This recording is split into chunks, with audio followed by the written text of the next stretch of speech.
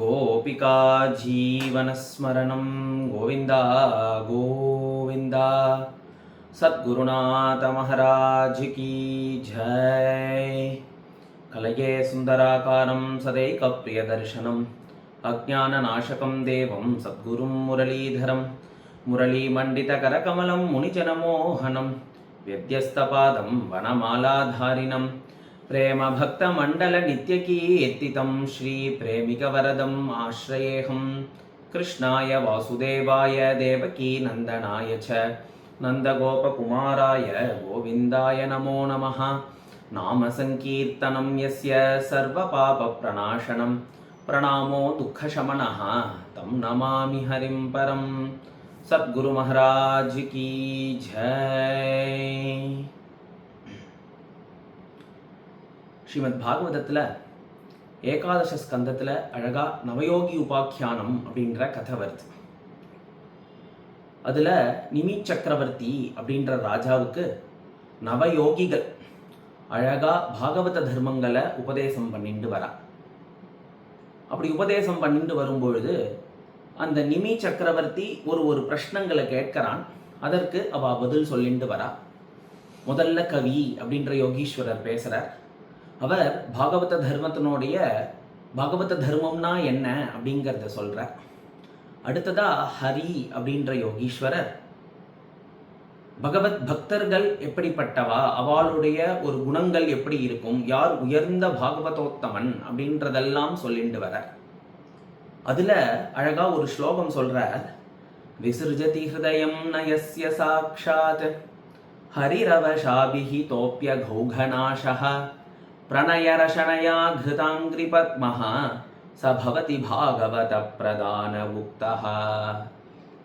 பகவானினுடைய நாமம் அப்படின்றது ரொம்ப உயர்ந்தது. அந்த பகவன் நாம சங்கீர்த்தனம் அப்படின்றது தான் கலியிலேயே கதி அப்படின்னு நம்ம சொல்லிட்டு இருக்கோம். கலௌ கேசவ கீர்த்தனாத் அப்படின்னு.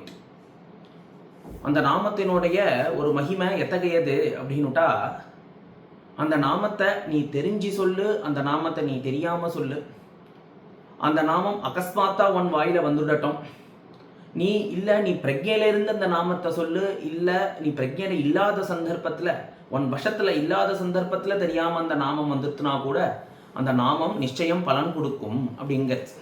அஜ்ஞானாத் அதவா ஜானாத் உத்தம ஸ்லோக நாமயது சங்கீர்த்திதம் அகம்பும்சோ தஹேதேதோ யதா நலஹா அப்படிங்கிறது பாகவத். அஜ்ஞானாத் அதவா ஜானா, தெரிஞ்சோ தெரியாமல் சொன்னால் கூட அந்த நாமம் நம்மளுடைய பாபங்கள் எல்லாத்தையும் போக்கிடுமா.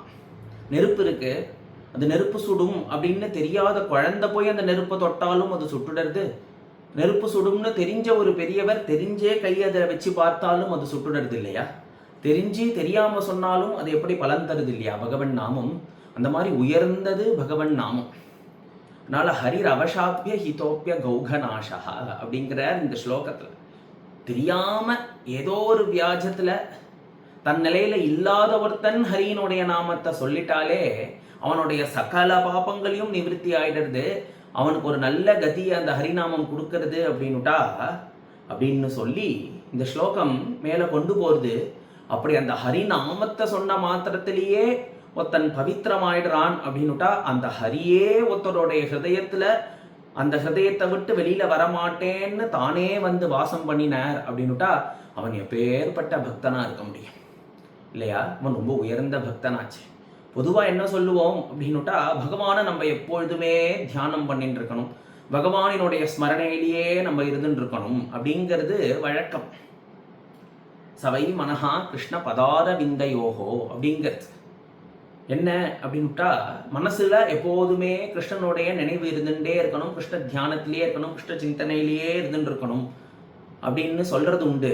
ஆனா இந்த ஸ்லோகம் எப்படி சொல்றதுன்னா, விசிருஜதி ஹிருதயம் நயஸ்ய சாக்ஷாத் ஹரிரவசாபிஹி தோப்ய கௌகநாஷஹ. பக்தனுடைய அந்த உயர்ந்த பக்தியுடைய அந்த பக்தனுடைய ஹிருதயத்தை விட்டு பகவான் வரமாட்டேங்கிறான். விசிருஜதி ஹிருதயம் நயஸ்ய சாக்ஷாத் ஹரிஹி.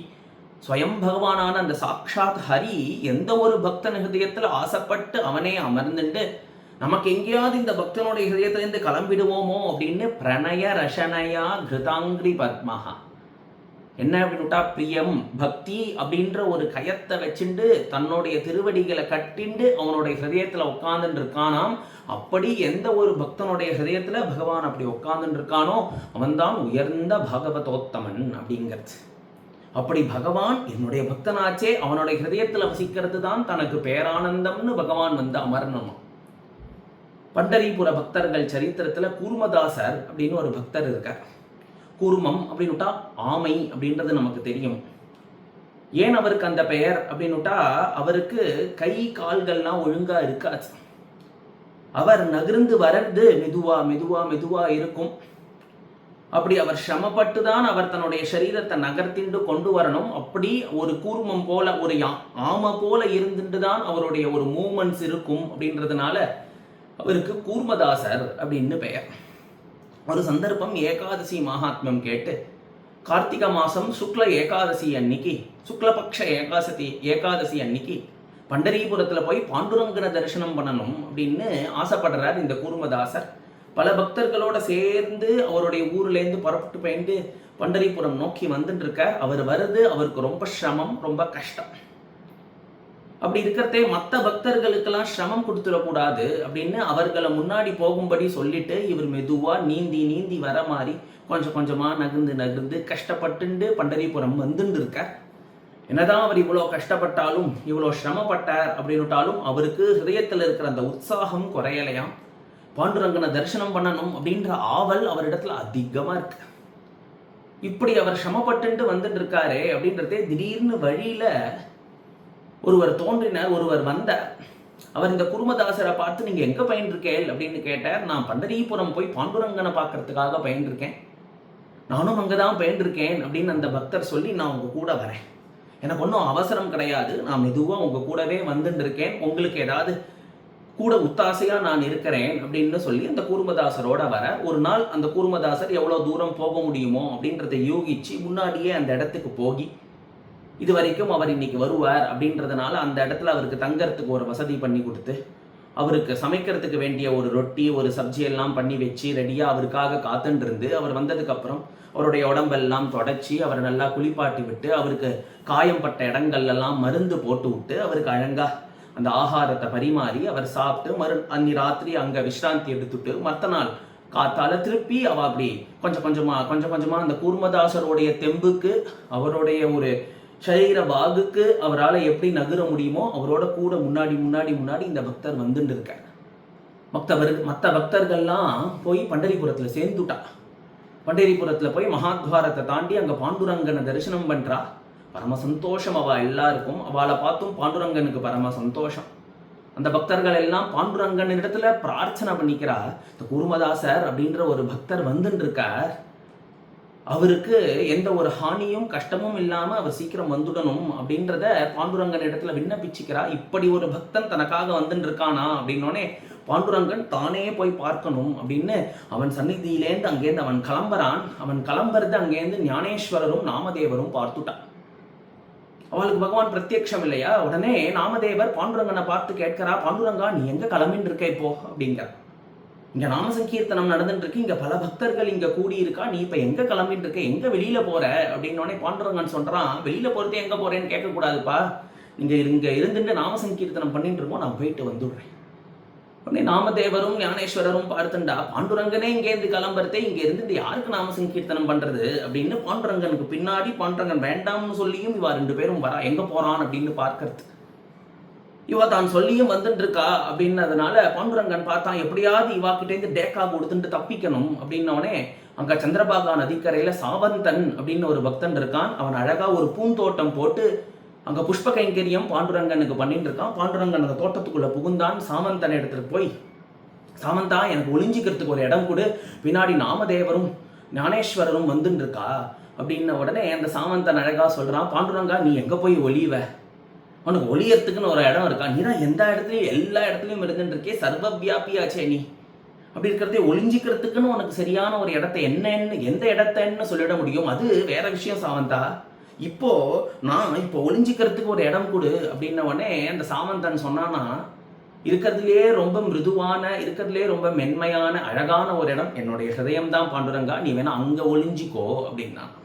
உடனே பாண்டுரங்கன் என்னுடைய பக்தன் ஹிருதயமாச்சே அப்படின்னு அவனுடைய ஹிருதயத்தில் உள்ள வந்து உட்காந்துக்கிறான். ஞானேஸ்வரரும் நாமதேவரும் இந்த வழியாக தான் பாண்டுரங்கன் வந்தான் அப்படின்னு சொல்லி அந்த சாமந்தனுடைய தோட்டத்தில் போய் பார்க்கிறார். நாமதேவர் பிரேம பக்தன் அப்படின்றதுனால பாண்டுரங்கனை தேடி பார்த்து அவருக்கு கிடைக்கல அப்படின்னோடனே அவர் அழ ஆரம்பிச்சுட்டார்.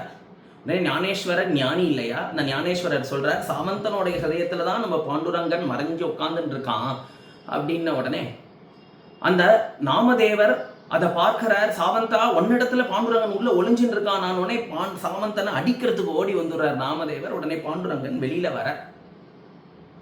வெளியில வந்து அவள் இடத்துல நான் இங்கதான் இருக்கேன் அப்படின்றத சொல்லி 3 பேருமா சேர்ந்துட்டு கூர்மதாசர் இருக்கிற இடத்துக்கு போறா. எந்த ஒரு பக்தர் கூர்மதாசருக்கு கைங்கரியம் பண்றதுக்கு வந்தாரோ அவரும் பாண்டுரங்கனே. பாண்டுரங்கன் வந்தோடனே அவர் மறைஞ்சார். பாண்டுரங்க ரூபம் அந்த கூர்மதாசருக்கு தரிசனம் கிடைக்கிறது. ஞானேஸ்வரரும் நாமதேவரும் கூட இருந்தா அப்படின்றது அந்த கூர்மதாசருடைய சரித்திரம். இதில் அழகா பார்த்தோம் அப்படின்னுட்டா பகவான் பக்தனுடைய ஹிருதயத்துல வசிக்கிறதுக்கு ஆசைப்பட்டு வரான் அப்படின்னு அந்த சாமந்தனுடைய விஷயத்தை எடுத்துட்டோம்னா, விசிர்ஜதி ஹிருதயம் நயஸ்ய சாக்ஷாத் ஹரிரவசாபிஹிதோப்ய கௌகநாசா பிரணயரசனயா கிருதாங்கிரி பத்மஹா ச பவதி பாகவத பிரதான உக்தா. அந்த ஹிருதயத்திலேருந்து வெளியில வரதுக்கு பகவானுக்கு இஷ்டம் இல்லையே. அந்த ஹிருதயம் அவனுக்கு அப்படி பிடிச்சிருக்கு. அதனால பிரணய ரசனையா பக்தின்ற கயத்தினால தன்னை கட்டிண்டு அப்படி பாண்டுரங்கன் அந்த சாமந்தனுடைய ஹிருதயத்துல போய் அமர்றான். அப்படி எந்த ஹிருதயத்துல பகவான் ஆசைப்பட்டுண்டு போய் அமர்றானோ உட்கார்றானோ அந்த ஒரு பக்தன் தான் உயர்ந்த பக்தன். சவை பாகவத பிரதான உக்தகா அப்படிங்கிறது பாகவதம். இந்த இடத்துல பொதுவா பக்தர்கள் எல்லாருமே பகவான் தன்னுடைய ஹிருதயத்திலேயே வசிக்கணும் அப்படின்னு தான் ஆசைப்படுவான். பகவான் தன்னுடைய ஹிருதயத்திலேயே இருந்துட்டு இருக்கணும் அப்படின்னு தான் ஆசைப்படுவா. அந்த மாதிரி பரமேஸ்வரன் இடத்துல அப்பய தீட்சிதர் அப்படின்ற ஒரு பக்தர் அழகா சிதம்பரம் நடராஜ சுவாமி இடத்துல ஒரு பிரார்த்தனை பண்றார். ஆணி திருமஞ்சனம் அப்படின்றது நடராஜருக்கு ரொம்ப விசேஷம்.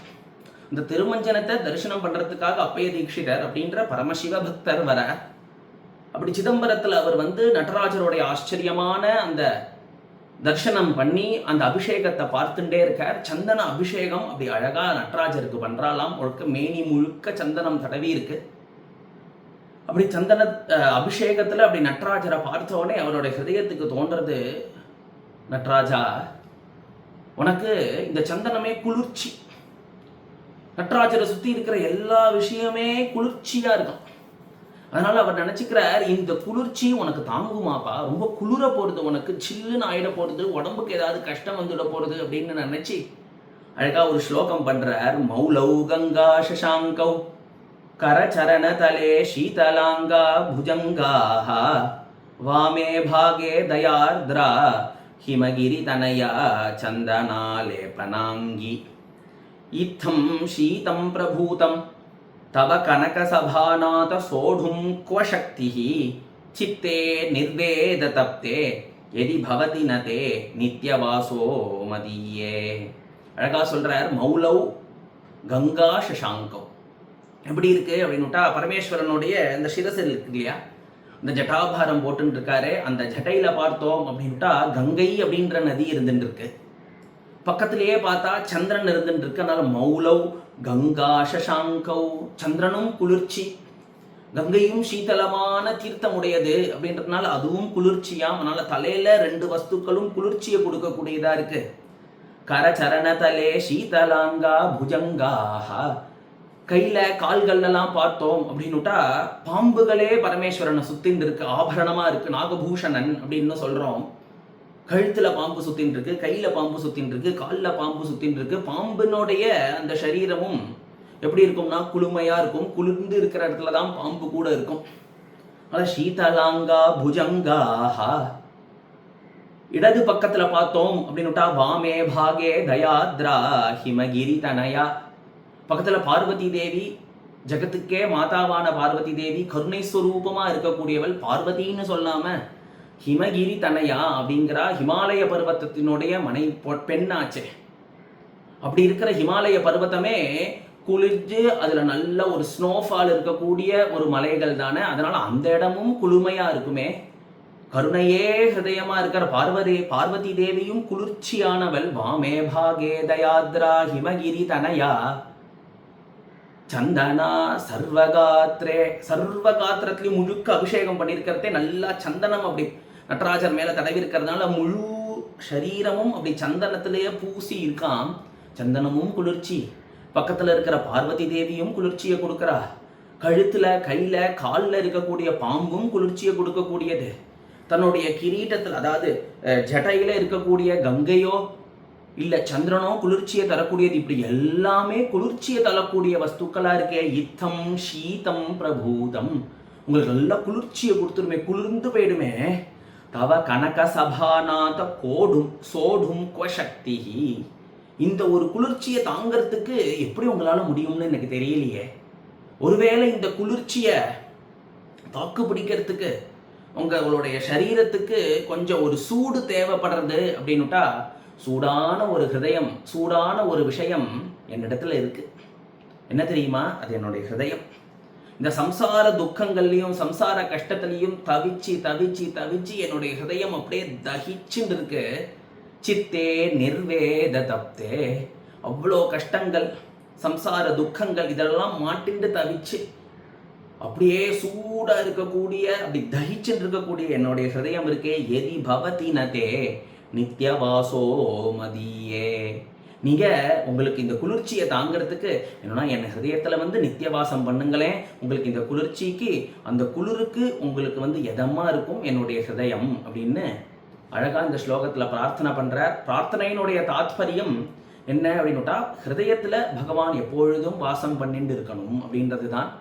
அப்படி அழகா ஒரு பக்தன், உயர்ந்த பாகவதோத்தமன் அப்படின்றவன் யாரு அப்படின்னுட்டா, எப்பொழுதும் அவனுடைய ஹிருதயத்துல பகவான் ஆசைப்பட்டு வாசம் பண்ணக்கூடியவன் அப்படின்னு அழகா இந்த ஸ்லோகம் சொல்றது. கோபிகா ஜீவனஸ்மரணம் கோவிந்தா கோவிந்தா. சத்குரு மகாராஜ் கி ஜெய்.